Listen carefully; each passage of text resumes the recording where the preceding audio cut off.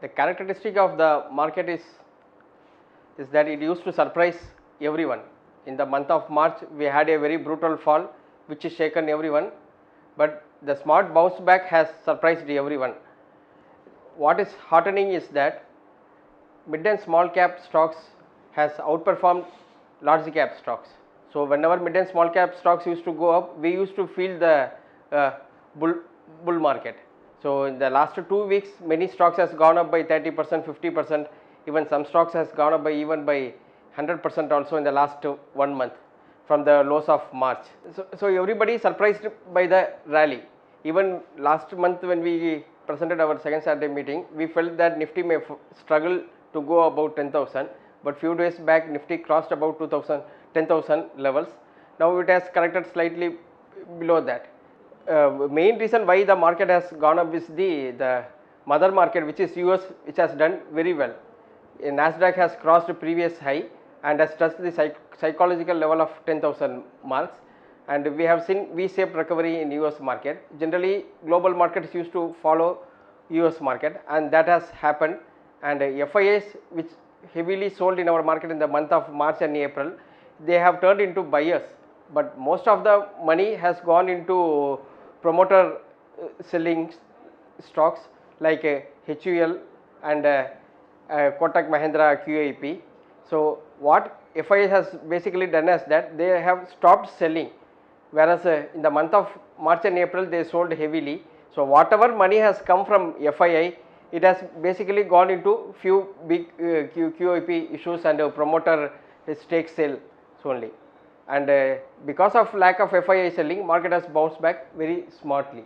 And apart from market, what we have seen is that crude oil prices, which fell very sharply in the month of April to even negative territory, that has bounced back swiftly, and some of the Gulf based economies, which basically depends upon this crude oil prices, they are somewhat relieved from the very unrealistic prices we saw in the month of April.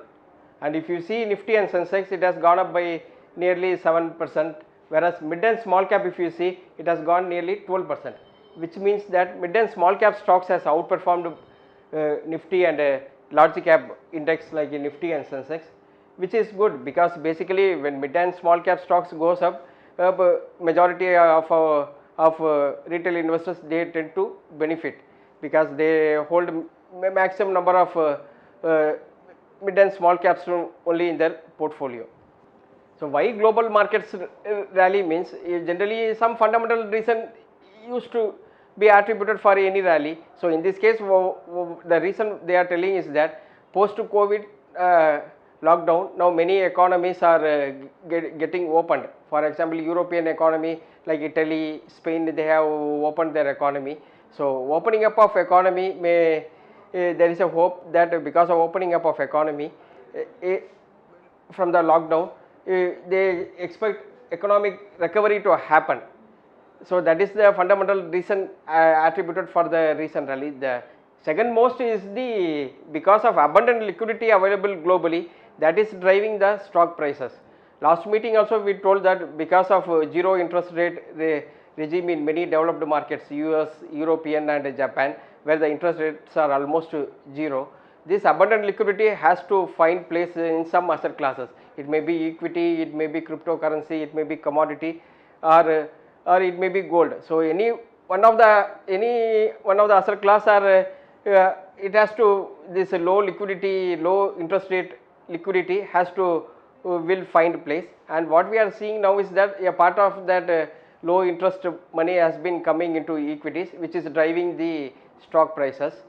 And because of abundant liquidity, we have seen that many big issues has been subscribed in India. That is also a huge big surprise for many of us.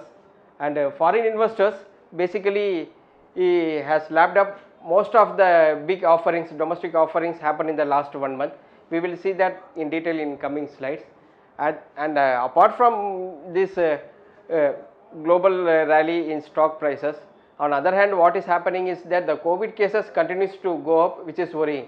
So even though we are seeing rally on one side, in everybody's mind there is always a fear that how this COVID endgame will be, because day by day the cases are increasing. At least in India, the day by day cases are increasing, and globally also if you see number of cases are increasing.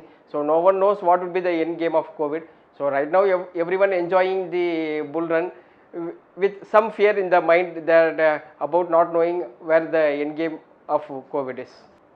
And if you compare between last meeting and this meeting, and if you can see that many markets has done very well. For example, Nasdaq, it has gained on May 8th, which is our last recording was there. On that day, Nasdaq was up by 1% year to date. Year to date means from January 1st to March 8, it was up by 1%. Now on June 11th, if you see, means it has been up by 11%. So almost 10% gain was there between last meeting and this meeting. Similarly, almost every market has gained between in the last 1 month. And if you see India, from 23% it was negative year to date return. Now that has been reduced to minus 18%. Even Brazil, which is the worst performing market, which has been down by 30% year to date, that loss has get narrowed to 18%. Dow Jones, it was minus 14 last meeting, and this time it has been minus 5. So overall, every market has recovered except Hong Kong because of some issues there. Some Chinese law they are expecting to impose on it. So because of that, Hong Kong did not perform well. Apart from Hong Kong, every other market has did very well in the last 1 month.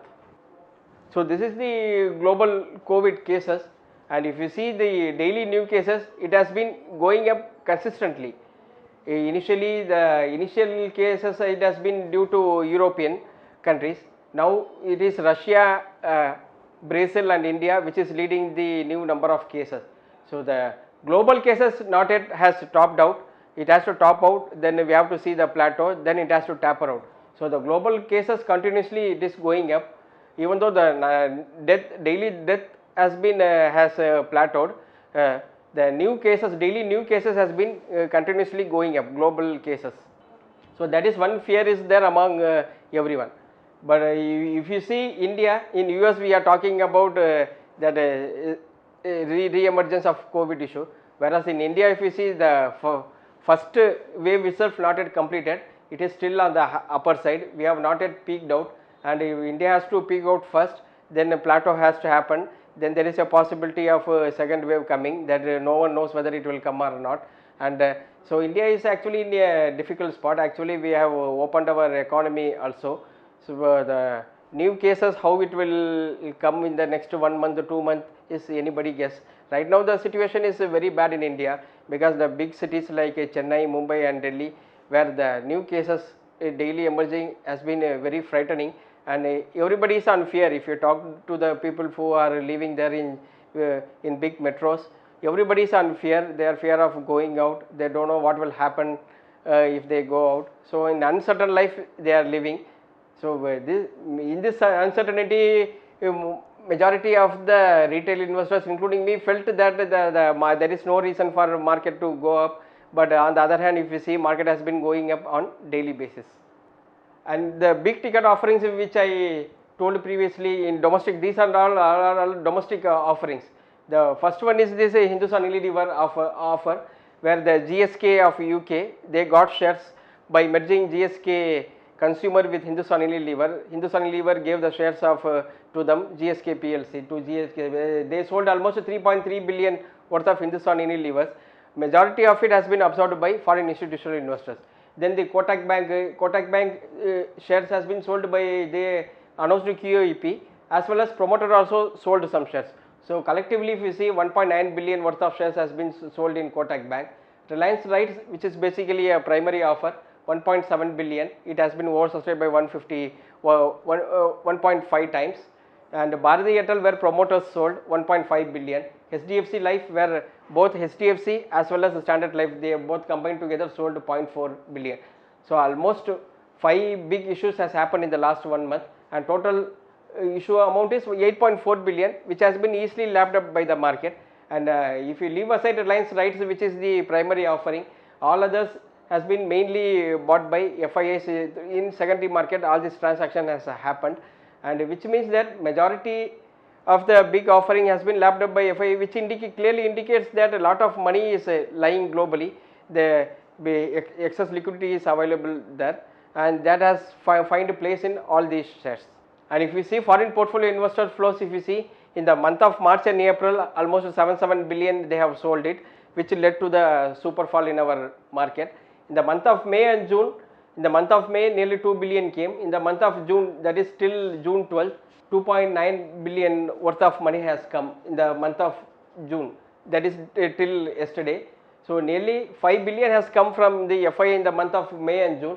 And if you see the primary, if you see the big ticket offerings from domestic investors, it is almost 6 billion if you leave aside Reliance rights issue. So, so whatever money has come, has gone, FII money has come, it has mostly gone into this big ticket domestic offerings. So basically what has happened was that FIIs have stopped selling in our market. So that has led to the big jump in indices in the last 1 month. If you see the, even though market is going up, whatever news flow we are getting is mostly negative. So if you see the macro data, basically 3 macro data everyone will look into it. One is the fiscal deficit, second one is the GDP growth, and third one is the inflation. If you see the GDP growth, even before corona issue has struck India, we are on the downward channel.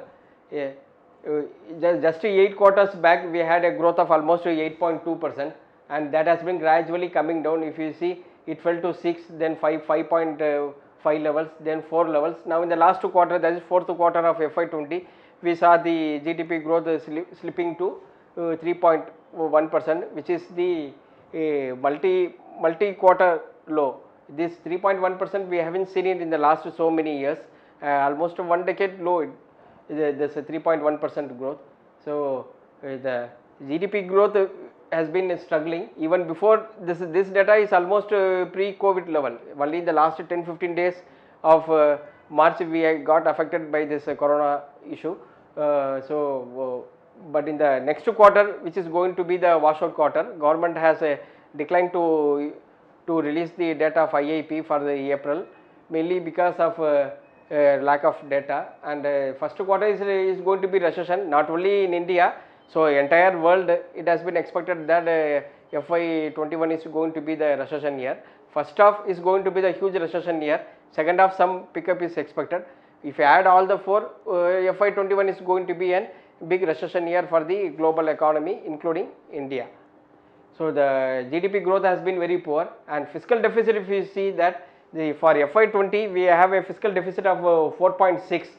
Actually just 1 or 2 months before, that is on February 1st when budget was announced, they projected fiscal deficit to be around 3.5.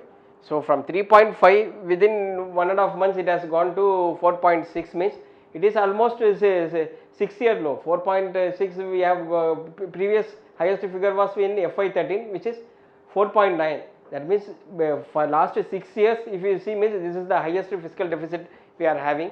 So during Modi era, which is from FY14 onwards, this is the highest level. FY21 is going to be anybody's guess. What we are expecting is that for combined state and center, it is going to be more than 10%, because tax collection is going to be very low. April and May is an washout month for tax collection.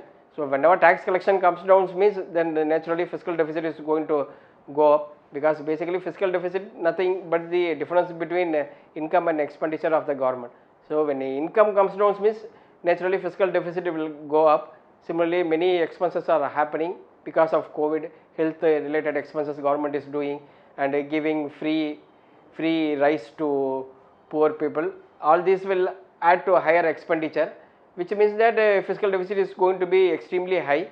So it is expected center's fiscal deficit will be more than 7% and state will be around 3 to 4. So overall around 11% fiscal deficit is expected in the year of FY21. So domestic macro data is extremely weak. Inflation is very low, basically because of very low demand. So the one positive among all this is that this time monsoon is expected to be normal. So Indian Meteorological Department, they have given the forecast that it is going to be 1 or 2% of long-term average. 2 months back on the first forecast, they told that it would be 100%. But in the second forecast, which they released on June 1st, they told that monsoon would be better than the first forecast, and it will be 1 or 2% of long-term average. Skymet, which is the private agency of this weather forecasting company, they have skipped from giving any forecast this time. Last time they went horribly wrong, so this time they told that they are studying more data, so they are not going to give any weather forecast, monsoon forecast this year, and they have skipped giving any forecast. And the seasonal rain, if you see southwest monsoon, it is very early time till June 11th, that is just 11 days. June, July, August, September, 4 months is the monsoon scheduled dates. So in the first 11 days of this 4 months, if you see, it has been country as a whole, it has been 34% above normal. So northwest, central, south India, everything has got a excess rainfall. East and northeast, which is a heavily raining area, it is just 4%. So till date monsoon has been good, but it's still very early. But as per IMD prediction, it is going to be a very good monsoon for the current year. So seeing the world liquidity on one side and and COVID on the other side, what we expect is that market will focus on 3 themes in near term. That is at least in the near 3 to 6 months till this COVID issue is solved. 3 sectors market is likely to focus on. The first one is the digital theme, where the stocks that will come under the digital theme is that telecom and IT stocks. And second one is the pharma theme. Pharma is a big underperformer for the last 5-6 years, and it has started doing well in the last 3-4 months. And it has maybe many of them were underowned pharma stocks because of the underperformance they saw in the last 5 years, and naturally many portfolios have topped up with a pharma shares. They bought it and they have upped their holding level, which has seen huge rally in many pharma stock prices, almost doubled in many cases in the last 3-4 months. And third one is the agri category, where because of a good monsoon and moreover even if COVID is there or not, people has to consume food, so agri will do well. So the good monsoon will be the tailwind for them, and these 3 sectors we are expecting good performance in near term. In next 3 to 6 months we are expecting these 3 sectors will outperform overall market, and most of the institutional investors will focus on these 3 sectors. So the first one, digital, if you see, means basically why digital will do well means if you see in US market, Nasdaq has fell very sharply, all with other markets, but if you see that they have bounced back and has gone up above the March high, previous high levels. Even they touched the all time high of 10,000 level, which is the historic level for Nasdaq. So basically all these technology oriented companies, they are listed in Nasdaq. So companies which are involved in new age technology, digital, they will do well, because in the coming years many disruption is going to happen, and some of the disruptions are going to happen through digital only. So this sector will continue to attract investors. And in digital, if you see what category will come is the telecom stocks. So in India we have only 3 telecom stocks, so very easy to filter it. One is the Jio. So if you want to buy Jio, means you have to participate only through Reliance. So Jio is an unlisted company, and it is the subsidiary of Reliance. So if you want to participate in Jio, means only through Reliance only we can buy. And even yesterday, if you see, means Reliance has closed near to its all time high, just 2% away from its all time high levels, whereas the index, if you see, it is 20% down from its peak. So Reliance Industries has outperformed market, and it is just 2%. Most probably on Monday, when Reliance rights issue will be listed, Reliance Industries may cross its all time high prices. The other telecom stock is Bharti Airtel, which is we expect likely to do well. The third one is Vodafone, which they have some issues, some liquidity issues are there with them. So right now Vodafone is likely to be a momentum play. It can go up sharply, come down sharply. It has some cases, AGR issues also there. Even though Bharti is having, it is manageable level, whereas for Vodafone the amount is huge. So some impact can happen if verdict comes against the company, and moreover new spending Vodafone may find it difficult to do it. So Jio and Bharti is a safe play, whereas Vodafone is basically a momentum play. It can go up and come down very sharply. And in IT stocks, if you see, all the big companies TCS, HCL Tech, Infosys, they are all focusing on digital theme, they will do well. Among mid cap, it is Mindtree, which is focusing on this digital theme, they will do well among mid cap stocks. When you come to pharma, in India, lot of companies are listed, so you have a lot of players to pick in. Pharma is a big sector and it's a vast sector. A lot of individual sub themes are there, like API. API means pharmaceutical ingredients, where which is the raw material for making the pharmaceuticals.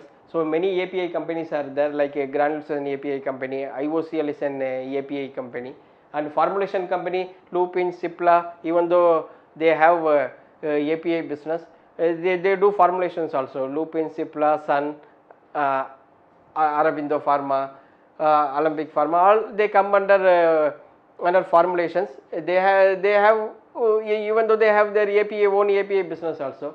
Then companies are domestic dependent companies are there, like Abbott, Pfizer, they are all domestic dependent company, FDC and domestic dependent company. Exports oriented company also there. If you take all large cap pharmaceuticals, Sun, Cipla, they have diversified business, domestic business they have, then they have export oriented business, then they are exposed to US generic market. So they have very diversified business. Then the other set of companies like CDMO companies are there, like a Rollers Lab. Then you have biological companies like Biocon. So there is a long list of pharma stocks are available and we can buy according to our suit.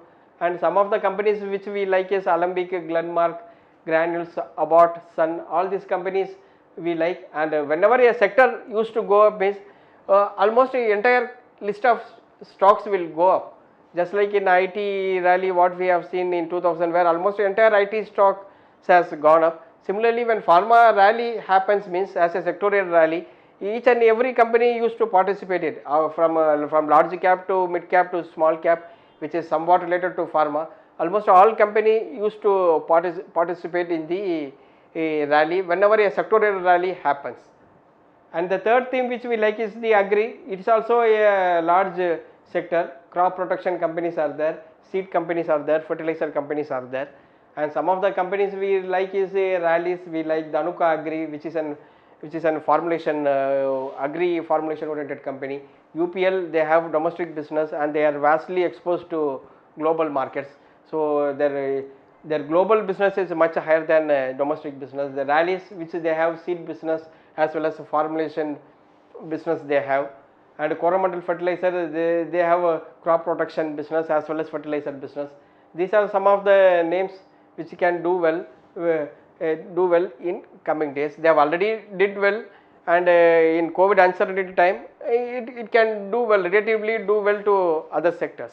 And if you see in TV, most of the analysts, they are exceedingly bullish on this telecoms sector.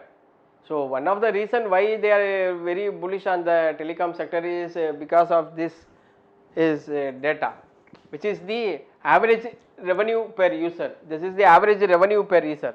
So every user will pay money to telecom company. So average revenue, if you see in the year of FY20, an user and on average paid 100 rupees. So if you rewind and go back to 10 years back, FY10, they have paid 169. So in the last 10 years, if you see the average revenue per user for a telecom company has almost come down. From FY9, it has almost fell by 50%. FY9, the average revenue per user was 227 rupees per month. So now if you compare that, it is 108, almost 50% fall was there in the last 11 years if you see the revenue per user. So actually telecom companies was doing reasonably well. In FY17 when Jio came, they came with a disruptive pricing which forced many companies to reduce the pricing. So the average revenue per user was 145 in FY16, which fell to almost 93 in FY19. In the last FY16, 3 years time, it fell almost 1/3 it fell, which forced many companies to go bankrupt. Either some of the companies got merged, for example Vodafone Idea got merged and unable to see the huge competition, they merged it. Then some of the companies left India. If you take now in telecom, only 4 players are there. So among them one is BSNL, which has 10% market share. If you leave aside BSNL, Jio, then Bharti Airtel, then Vodafone Idea. So all are three are having almost 30% market share, and in next many years we are not expecting any new players to enter the market, because most of the foreign players, most of the foreign players, they came to India, almost lost whatever they have invested and they have left India. So because of very bad experience they had in India, no more foreign player is going to enter into Indian market. So these three players, apart from that BSNL, will be there for the next 5 to 10 years. That's what the expectation is. So the Jio, after disruptive pricing, they have decided to hike the prices. So almost all players hike the prices in the month of December, and gradually we are expecting one time hike every year. So when price starts going up from the bottom and starts going up, means it will be huge revenue. So whatever additional money they are going to get, it will add to the revenue, and most of them will add to the bottom line. So in the next 5 years they are expecting, from FY20 to FY25, they are expecting average revenue per user is to double in the next 5 years. So that is the reason why most of the analysts are very bullish on this telecom. And moreover during this COVID time, it is the only business which hasn't got disrupted, and actually more usage has come during the COVID period and has benefited all the telecom companies. And recently another theme is also emerging. We are seeing that whenever a specialty chemical management comes and talks in TV, means they immediately tell that the business is going to shift from China to India. India is going to be the preferred player for many foreign businessmen. Like that, some business shift everyone is talking now. And if we see globally, China is the manufacturing hub of the world. I will give you one example. Take for steel. China produces almost 53% of global steel production. That means a single country which manufactures 53% of whatever steel produced in the world, which indicates that China is the global manufacturing hub. The second largest manufacturer is India, which has around 5.5% market share in the world steel production. If you see, the first player is having 53% market share, and second player is just less than 6%, which indicates such a huge gap between first and second player. And if you see globally the manufacturing output, China manufacturing output is almost 4 trillion. So China is the world's largest manufacturing output country, and it has almost 4 trillion. The next one is US with 2.3 trillion, and the third one is the Japan with 1 trillion. And if you see the European country, all are in billions only. Only these three have in trillions, and German is 806.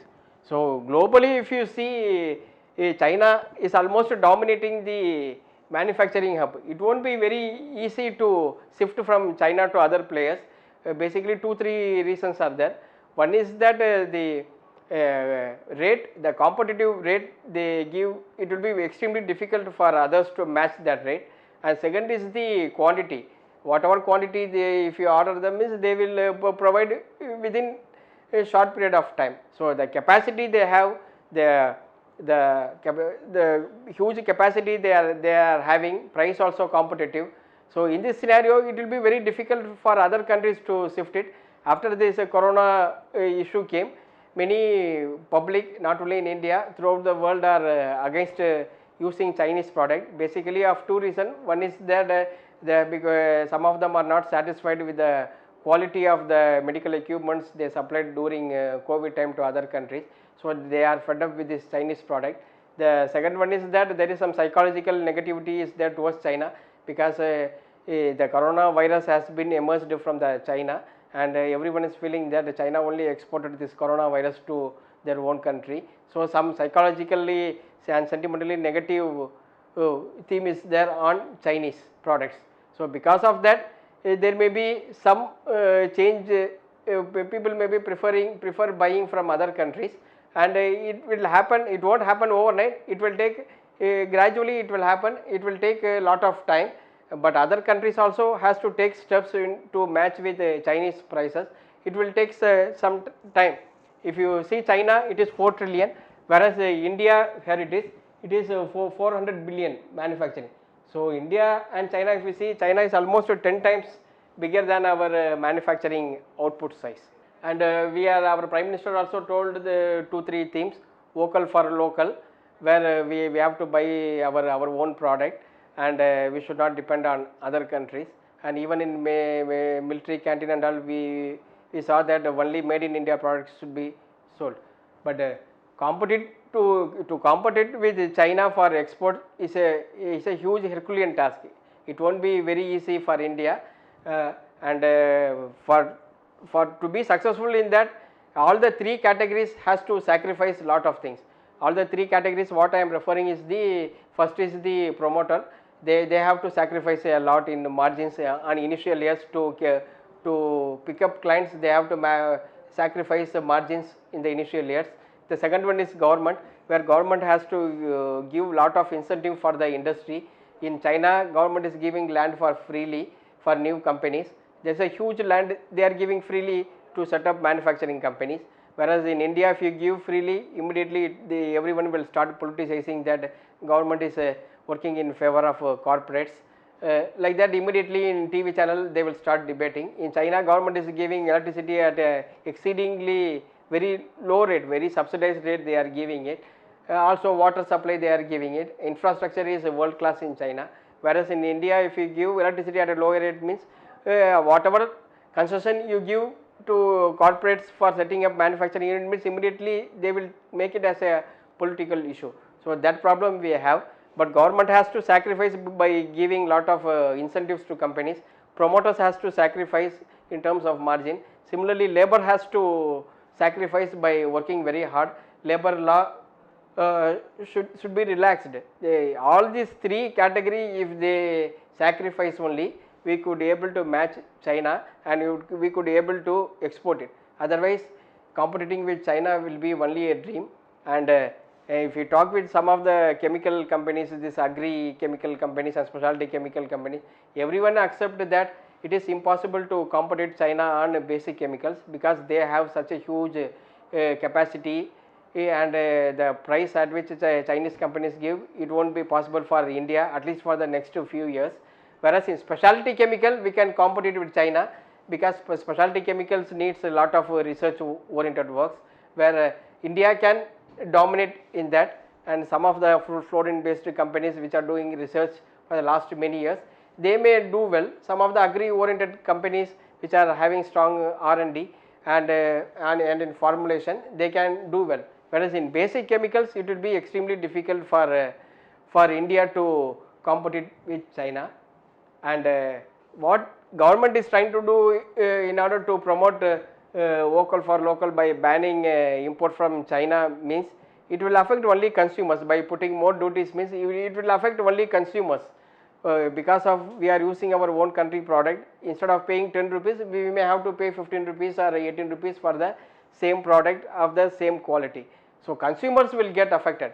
So instead of putting more taxes on China, what government has to try to do is that we have to make our manufacturing more competitive.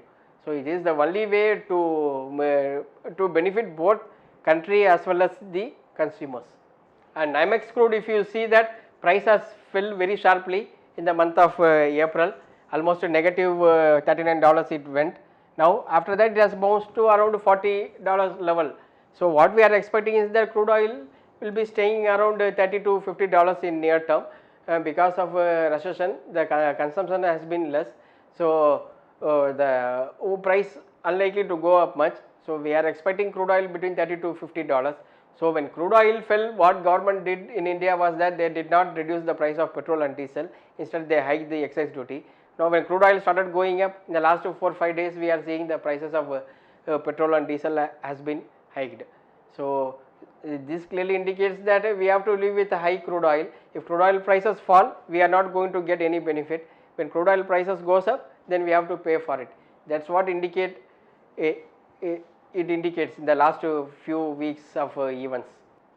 So finally, everyone telling that liquidity is supporting the market, and one whether everybody mind is there that whether we should participate in it or not in this recent rally.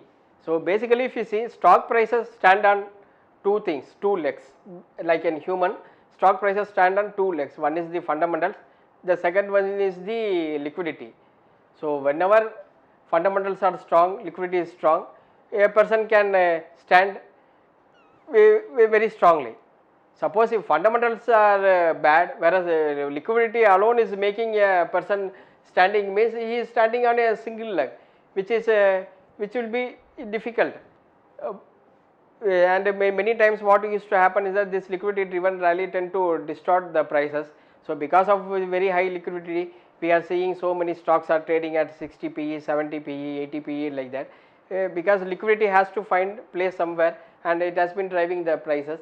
But we have to be extremely careful when stocks are going up on liquidity, and even now we are seeing that many stocks are hitting upper circuit on a daily basis. So investors has to be extremely careful. Anytime it can turn around. So whatever you are buying, you should note that what you are buying. Even when a near term short correction comes, means you should be able to hold it with conviction. So try to stay with this type of stocks. So because of just stocks are going up, means suddenly in a overnight things can turn well. Liquidity which are said to be very high now can disappear very quickly also. So we have to know what we are buying, then only even if stock prices falls, we could be able to hold it with conviction. Suppose if we buy a share at 100 rupees and if it falls to 80, means we should not get panic. So if we know about the company only, we will able to fold on. If we don't know about the company, many stocks which are hitting upper circuit on a daily basis, if it starts hitting lower circuit by 3-4 days, then many used to panic because they don't know what they have bought it. We don't know whether it will again start going up or that is the end of the rally. So we have to be extremely careful during this liquidity driven rally, and many times market what used to do is that right now everyone is cautious, no one is upbeat on the global economy. They feel that only from FY22 onwards economy will revive, but many times market used to have used to sense that some recovery is going to come in the future, where we people like us and many would not be able to sense it. So market used to discount the future earnings growth in advance, where many people will not be able to do it. So that time also market used to go up. At that time things will be looking very bad, but earnings growth will catch up in the future, and we have to see whether right now the stocks are going up, and we have to see at least whether growth will come in the second half or not. That only time will have the answer. And events to watch, the coronavirus status we have to see, especially in India we have to see. Till now the status not yet peaked out, daily basis cases are increasing, it has to peak out, then it has to flatten, then after that whether second wave will come or not, that no one knows, and we have to see it. Then FII activity, that also we have to see. Even yesterday FII sold more than 1500 crores, and FII what their agenda is, that we have to watch it closely. And monsoon also we have to watch it, and we expect it's going to be a good monsoon.